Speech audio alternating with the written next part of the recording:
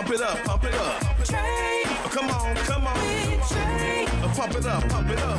It's the day with This is the day to gain inspiration, to make a positive change in the nation.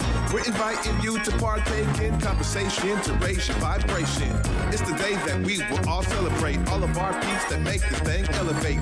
Watch the negative fade away, cause it's the day with Trae.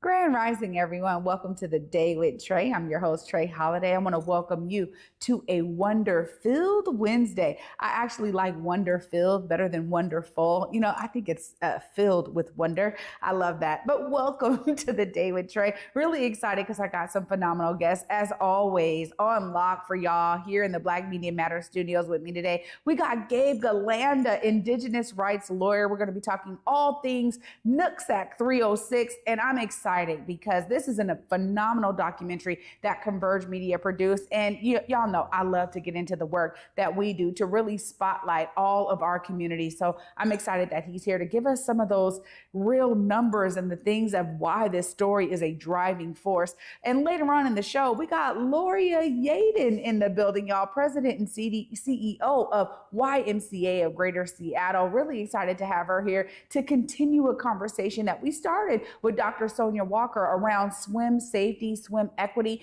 And I'm excited to hear her perspective on how this program is spreading throughout all of the YMCAs. But of course, before we get into it, it's the top of the show. So y'all get to participate with us. Go ahead and share this show right here with folks who you feel could benefit from a daily dose of dopeness on the Day with Trae. We keep giving it to you. Go ahead and share that dopeness with others. Of course, if you can't watch our TV show, we still have you covered. Because you know what? You can listen to us, y'all. Just anywhere you find your favorite podcast, search Converge Media Network in the Day with Trae. You'll find me on whichever platform is your favorite. There's like 200 of them. I think we're on all of them. So go ahead and search for us. Well, I'm excited because up next, we got Gabe Galanda in the building. And when I got two guests, y'all know I'm ready to dive right in. What's up, Gabe? Hi, Trae. Happy to be here. Yeah, so glad you are here. Now, I love to get a little good backstory. What got you into law? And specifically, tell us a bit more about Indigenous rights law. I knew I wanted to be an Indigenous rights lawyer, although then it was called an Indian lawyer or a Native American lawyer when I was a teenager, really, back in Port Angeles, Washington. And I was fortunate to go to law school in Arizona and then started my career almost 25 years ago here in Seattle, representing Indigenous nations, Indigenous businesses, and Indigenous people in all matters of controversy. Mm. Wow. There's something really specific and unique, right, about that kind of law and that kind of like fight in terms of rights. Can you tell us a bit about some of the specifics that really go into that? Well, it's a perennial fight for Indigenous peoples to just exist. And by that, I mean exist as sovereign nations, exist in any form of economic prosperity, or to even exist as human beings with basic liberties and freedoms guaranteed to them. And I've had the good fortune of representing all sorts of Indigenous clients throughout my career. But the fights aren't just economic. They're not just about land. They're about existence, wow. The very right to be, and more importantly, the right to belong within this American system of government and society. You know, it's something to be said because I think a lot of people don't have a clear understanding, which is why I'm so glad that Converge was able to really partner with Nooksack and to produce Nooksack 306. Just tell us, for those who may not have seen, I know it's out there now, but give us kind of the gist of why this story was important to capture in this way. Yeah, Nooksack 306 is the first movie that's ever been made about this notion of disenrollment, which is a modern epidemic among Indigenous peoples where we have tribal politicians getting rid of their own kin, typically to gain political advantage or sustain political careers or to spread the goodies and the monies to people that they care about rather than people that they want to ostracize or even exile from their tribe. So it's a first, this movie, 25-minute digital short movie made by Converge, which I'm so grateful for and proud of. But it profiles the plight of 306 Nooksack Indigenous peoples who for the last 12 years have been persecuted by politicians on the Nook Reservation in Deming, Washington, up near the Canadian border. And it really focuses now on 21 of the families of the 306 who for the last several years have been threatened with eviction and exile from their homelands. And even more specific, there are 7 families, about 21 people living in multi-generational indigenous homes in Deming who right now this summer, as they have been for the last couple of years, are faced with being evicted from their homes, having their homes, which they are legally entitled to, taken from them without due process. So this light was shined on this plight by Converge, and I know the family and certainly I are super grateful for it. I mean, Gabe, my first question, and probably so many others, how is this happening, right? I mean, you are dealing with law. We're talking about how is something like, it feels illegal. I want to understand some of the specifics around this. Well, let's go back a couple hundred years, Trae, and I will tell you that the first peoples of these lands, when on what's left of their homelands, and there are not very many acres left of indigenous homelands, they are not entitled to Bill of Rights protection. The U.S. Supreme Court, back in the late 1800s, when indigenous peoples were not considered citizens of this country, they weren't guaranteed the right to vote until 1924. And then another decision in the late 1970s said that the United States Constitution and its Bill of Rights, pick your amendment, maybe the 14th Amendment, doesn't apply to indigenous peoples in Indian country. So we live in tribal lands without the basic protections that every other American, so-called naturally born to these lands, are entitled to under the Constitution, the Bill of Rights, and the 14th Amendment. And so you have situations like this that result from that reality. And I tell that to people and they are mind blown, but I tell that to people who have influence, political power, and they don't care. They just don't. And what it ultimately amounts to is our existence as humans doesn't matter. So it translates into epidemic rates of violence against women, missing and murdered indigenous women, children, boys, and girls, and all sorts of other atrocities. Because if this country doesn't venerate our humanity, and at some point we look in the mirror and now no longer take ourselves as seriously as we should as human beings, it contributes to situations like this. I mean, when we talk about the need for stories to be told, we need to humanize them. Because I think also too, sometimes people look at data, they look at statistics, and it doesn't pinpoint it, doesn't make it clear for folks. But to bring it to the human level, people to people, that's really what Nooksack 306 is doing by spotlighting these families and really sharing their stories. How was it in terms of, the propensity for these families to want to open up like that with what they're dealing with? Well, to their credit, they're very strong, and they have been for 12 years. And they have allowed the outside world into their lives, into their homes, at their dinner tables, to basically share the story of their plight and the trauma that they're experiencing. So I have so much respect and pride for this family that they are continuing to fight. And they have become sort of poster children for this idea that the first people of these lands don't have human rights. And even worse, nobody, and I mean nobody in American government cares. And so they sort of wear that as a badge of honor, despite very difficult, life-altering circumstances. But they stepped forward with Converge and allowed Converge into their homes, onto their lands, into their families and communities, and shared their story because they hope that no matter what happens to them, and we certainly hope that they will remain safe in their homelands, that they want this story to be told so it might not happen to another indigenous family or community.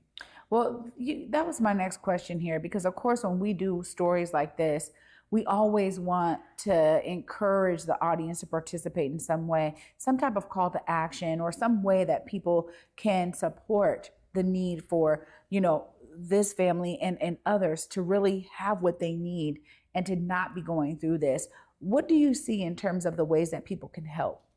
Well, this is important. And as communities of color, we put these calls out a lot. And we also know, unfortunately, those calls don't get answered, but this one's important. The United States government, and by that I mean the Biden administration and a number of its departments, the United States Congress and a number of the senators and Congress people, even from Washington State, the state of Washington and its governor, they have all played political hot potato with this. The homes I'm talking about are federally funded programs administered by the state of Washington.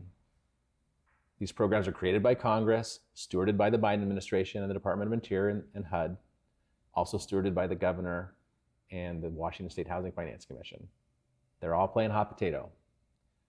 What's important right now is for people to actually reach out and write United States Senator Maria Cantwell, who has authority over all these programs, and ask for her to congressionally do something about it. Because right now the Biden administration, which could stop this like this, because they have authority over Indian affairs and Indian lands, they are shrugging it off for their own political reasons. So we are asking, and I'm really asking anyone who would watch this, to take a minute and reach out to US Senator Maria Cantwell and have her say something or do something that will cause the Biden administration and the Department of Interior to finally answer the call for justice. And I would also observe the United Nations, in an unprecedented fashion, has twice told the Biden administration, stop this from happening. It's inhumane, it's an international embarrassment, and it needs to stop. And twice, the Biden administration has shrugged off the United Nations. So what the Biden administration is trying to be a beacon of hope internationally in places like Ukraine and Gaza, right here in their own backyard, the people in Geneva are saying, clean up your mess, answer the call for justice, mete out human rights protection, and they are not. Wow. So those people in Washington, D.C., Senator Cantwell in particular, can have a positive influence and in fact change this situation for the better. And so we're hoping the people that are watching this will actually pick up the phone or pen an email to Senator Cantwell and help bring change. Gabe, I can't thank you enough for coming on to shed some light on this very important issue. Of course, if people want to maybe follow up with you or stay connected, as maybe there might be some outlets where we can see updates, look right there. Let folks know how they plug in. Please follow the family most importantly. They're on Twitter at Nooksack306, one word. They're on Facebook, Nooksack306. If you want to follow me on Twitter, it's NDN as an Indian lawyer. And please answer the call and help. Gabe, thank you again. I'm so glad that you were here to shed some light on this so we can all be informed, and now we can pick up that mantle in terms of that call to action. Thanks so much. Thank you, Trae. Y'all, wow, what a phenomenal story here. And of course, you know I love a good call to action, and I mean I love it, because when we bring our collective voice together, we actually make change. And so the more of us who are emailing Senator Maria Cantwell, the better. And I'm going to say, send emails multiple times, because it really is about the numbers game. And I've seen it work so many different times when we come together and we send a boatload of emails. Eventually, they're like, wait a minute, I got to do something because everybody is emailing me on this. So please send that out to your friends. Pick up the mantle. Y'all continue that message forward, carry it along with you, and utilize your social media platforms for the benefit of Nooksack 306. Well, after this short break, y'all, up next, we got Loria Yeadon in the building, the president and CEO of YMCA of Greater Seattle. Of course, we have to talk about being careful around the water, but also how the YMCA is staying connected to community. Stay tuned. You're watching The Day with Trae. Seattle really is just a big neighborhood. It was a place for us to grow. We all have a gift of some sort. It's just my vision of what I see. Theater allows you to hit harder and be more. There's a sense of hope that your story will survive longer than you will. Stream on the Cascade PBS app or watch live. Fridays at 8:50 p.m. on Cascade PBS. Learn more at blackartslegacies.com. Here on Back to Vesa, it's always been important to me that we uplift stories from across the region, and that no matter where you live in the nation, you never have to miss a moment of the show as we continue to highlight the beauty, excellence, and resilience of our communities across the Pacific Northwest. Why? Because representation matters. So no matter where you live, be it the Central District or Centralia, Portland or Pullman, or anywhere across the country, I encourage you to join me on this Back to Vesa journey by downloading the free Fox Local app on your phone or smart TV as we continue to elevate the very best in our communities. Disenrollment is a situation whereby people whose birthright to be Indigenous is being stolen from them by politicians that have been elected to lead. Today, the latest or last chapter of the saga concerns the threatened physical ejectment of as many as 21 Nooksack families from their homes. I think it come about by hatred for our family. That's what it's all about. Our bloodline is still here. You know, they can't get rid of us. Welcome back, everyone, to The Day with Trae. I'm your host, Trae Holiday. Joining me right now is Miss Loria Yeadon. Hi. Hello. How are you, Trae? I'm blessed, and it's so great to be in presence with you. You too. Well, this is exciting for me because I've been continuing the discussion after we had Dr. Sonia Walker on talking about water safety. But the YMCA is really leading in this way. And it was great to learn that the YMCA in the Central District really helped to pioneer this program. Meredith Matthews, tell us a bit more about how y'all are expanding on this to make sure families understand water safety. Absolutely. I so appreciate you having us and continuing to lift up this subject. It's so critical. For so many reasons that you discussed with Dr. Walker last time. We can talk more about that today as well. So we've been in this initiative around Swim Seattle, working with the mayor's office, working with Parks and Recs to lift up what's happening in community around swim and the issues that we have with swim safety. It's an issue of safety, but it's also an issue of equity. We know that drowning is a leading cause of death for young people. But when you look at the equity component, kids of color, Black kids, ages 1 to 14, are 5 times more likely to drown than their counterparts, than their Caucasian counterparts. And Black kids who are between the ages of 11 and 12 are 10 times more likely to drown than their white counterparts. So it's important for us to ensure that all kids are safe around water, but there's this disparate impact around drowning, and we can't ignore it. And given those statistics, it was an easy thing for the YMCA of Greater Seattle to step up and work with the mayor's office and Parks and Recs to say, no, we can do something about this. Drowning is preventable. We need kids to learn. We need adults to take this risk seriously and to get involved and make something happen. So we're on it. We're offering swim vouchers to young people who want to come in to our facilities to learn how to swim. We're doing some good work here. We need more resources. We need more capacity so we can offer even more swim lessons, even beyond Seattle, because we have kids everywhere in our region. I think about South King County, where we have pools available. We don't have enough lifeguards. We don't have enough swim resources to teach kids there to swim. So there's an opportunity for all of us to get involved as a community to make a difference here. You know, this is really important too. And as a homeowner, a Federal Way, it's something that I was thinking about after my conversation with Dr. Walker. I was just like, you know, how do we get the message across? Because I think there's so many myths to debunk. And we just saw recently that case of a 10-year-old, right, who drowned. And the idea is that it doesn't have to be deep water sometimes either, right? And the harsh play around water and young people understanding the danger is a part of this, right? Absolutely, absolutely. Kids don't totally understand. I mean, for me, growing up in rural Virginia, where there were no pools accessible to me, our approach to water safety was fear. And you know, my parents really drilled that into us: stay away from the water, because they know they couldn't save us because my parents didn't know how to swim. We live in Seattle, where we have thousands and thousands of miles of waterfront.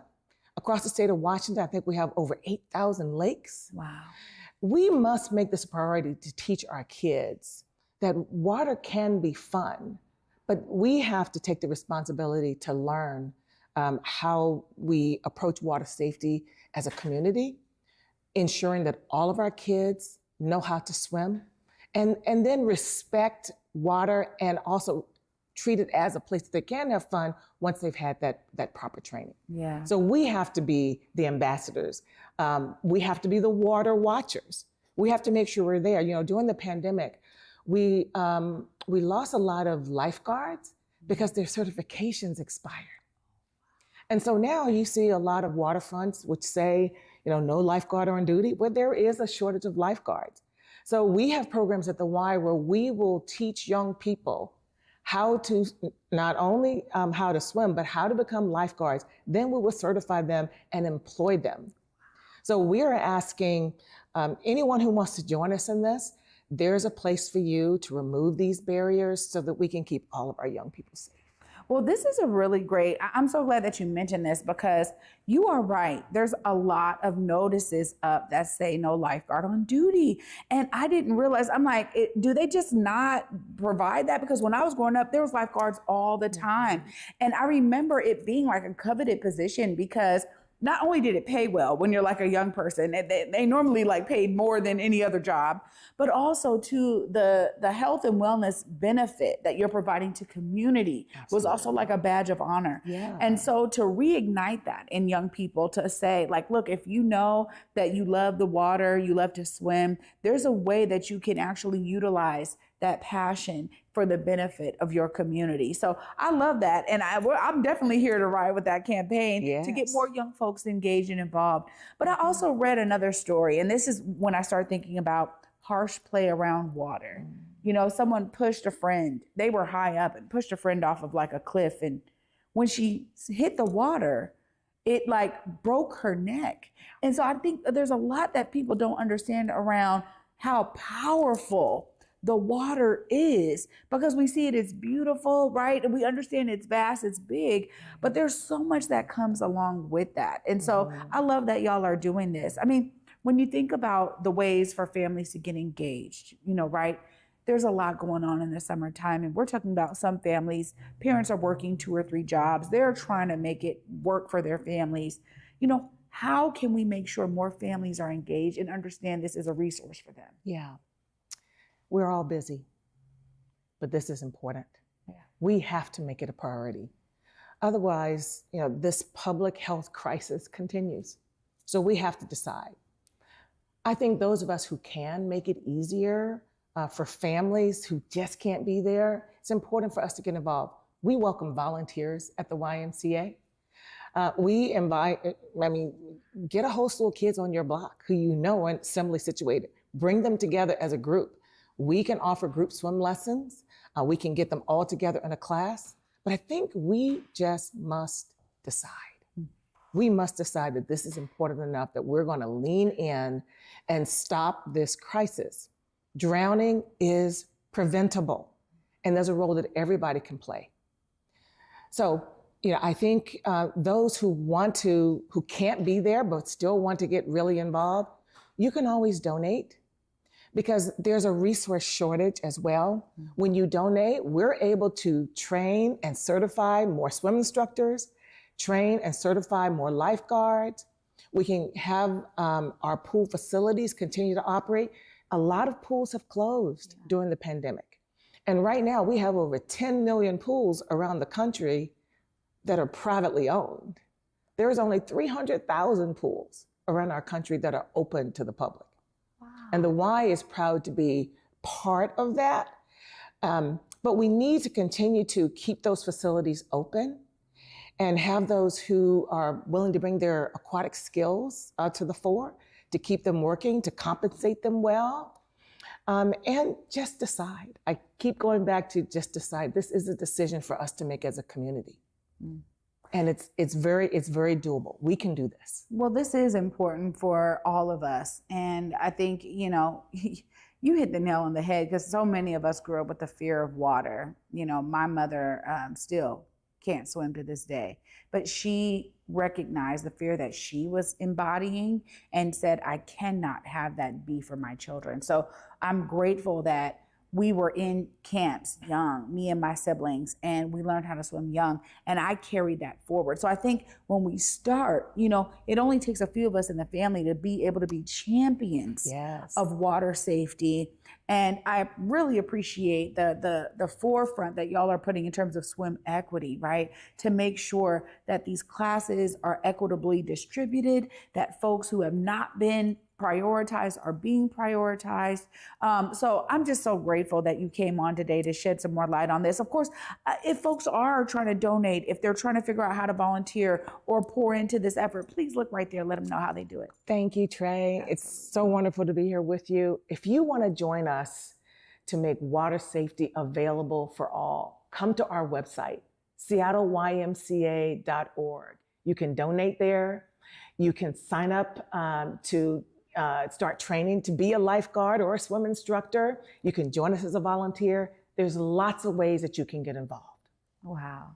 Thank you so much, Ms. Loria. Thank you. It's been a pure pleasure to have you here today. Thank you. Thank you for what you do. Thank you for the work you're doing. It's necessary. And to see a Black woman in this position, I got to tell you, from a young one, well, you know, y'all don't get on me, but it's inspiring that you are leading this phenomenal effort. Everyone across the country knows what the YMCA is.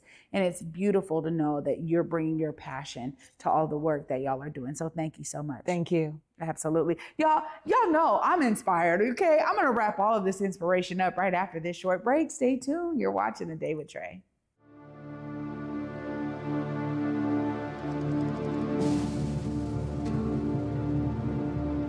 The importance to share the history of the Buffalo Soldiers of Seattle and Buffalo Soldiers of everywhere, including cowboys and cowgirls of color everywhere, is really important because most likely they're forgotten.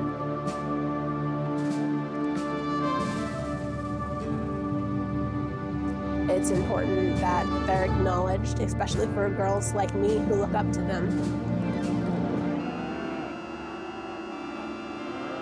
At a rodeo, it's got an impact on people when they see somebody doing something like that, especially a person of color, you know what I mean? It's got a big impact on people, I think. Representing the Evergreen State, I am your Miss Teen Rodeo Washington, Jessa Thomas. Welcome to the Windswept Farm.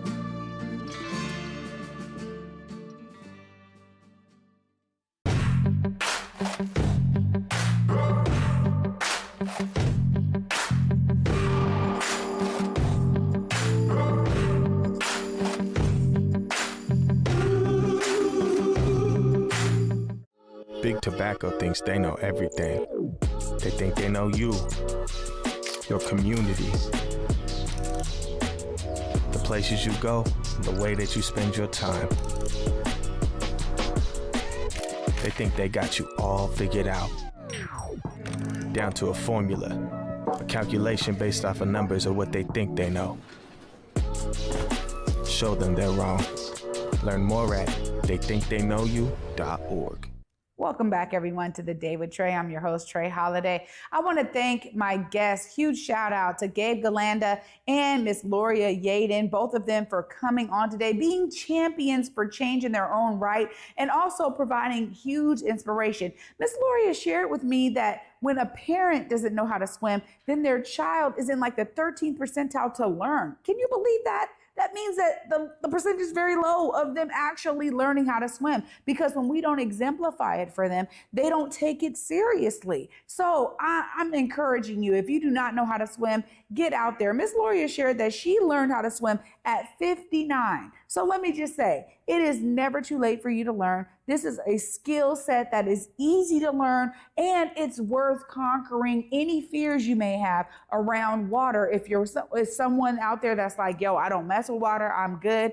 At the end of the day, it's better for you to learn how to be safe, because we are up here in the Pacific Northwest, we got bodies of water all over the place. So please make sure you're tapping into the resources there at the Y.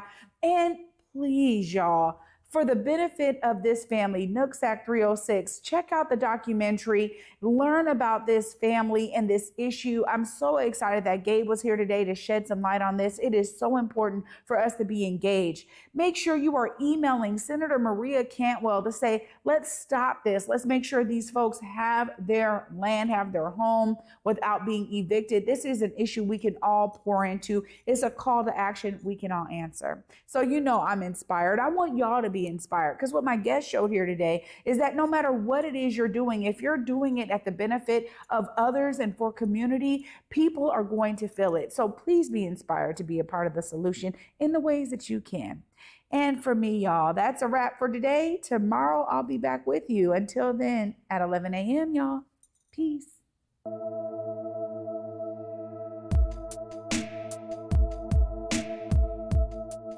Converge Media produces culturally relevant content for Black and urban audiences. Our coverage is raw, transparent, and objective, praised by community leaders, government officials, and residents. Support Converge Media today via Venmo, Cash App, or PayPal at Converge Media.